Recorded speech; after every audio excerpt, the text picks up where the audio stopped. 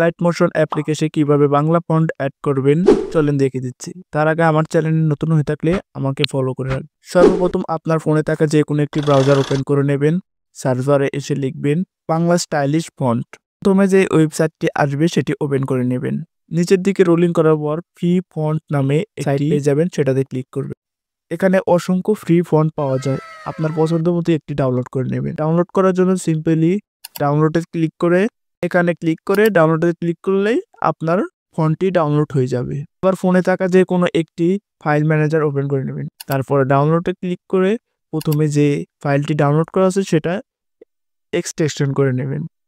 তারপর simply light motion অ্যাপ্লিকেশনটা open করবেন। তারপর ক্রিয়েট প্রজেক্টে ক্লিক করে একটা প্রজেক্ট তৈরি করে নেবেন। এখানে আমি একটা বাংলা টেক্সট লিখে নিচ্ছি। উপরের দিকে রোবোটো রেগুলার নামে একটি অপশন পেয়ে যাবেন, সেটাতে ক্লিক করে ভিউ অলে ক্লিক করবেন। তারপর থ্রি ডট আইকনে ক্লিক করবেন, ইনপুট ফন্টে ক্লিক করবেন। আমরা যে ফন্টে ডাউনলোড করেছি সেই ফন্টে ক্লিক করবেন। তারপর দুইটা জিপ ফাইলই ইনপুট করে দেবেন। এভাবে আমাদের স্টাইলিশ বাংলা ফন্ট অ্যাড হয়ে যাবে।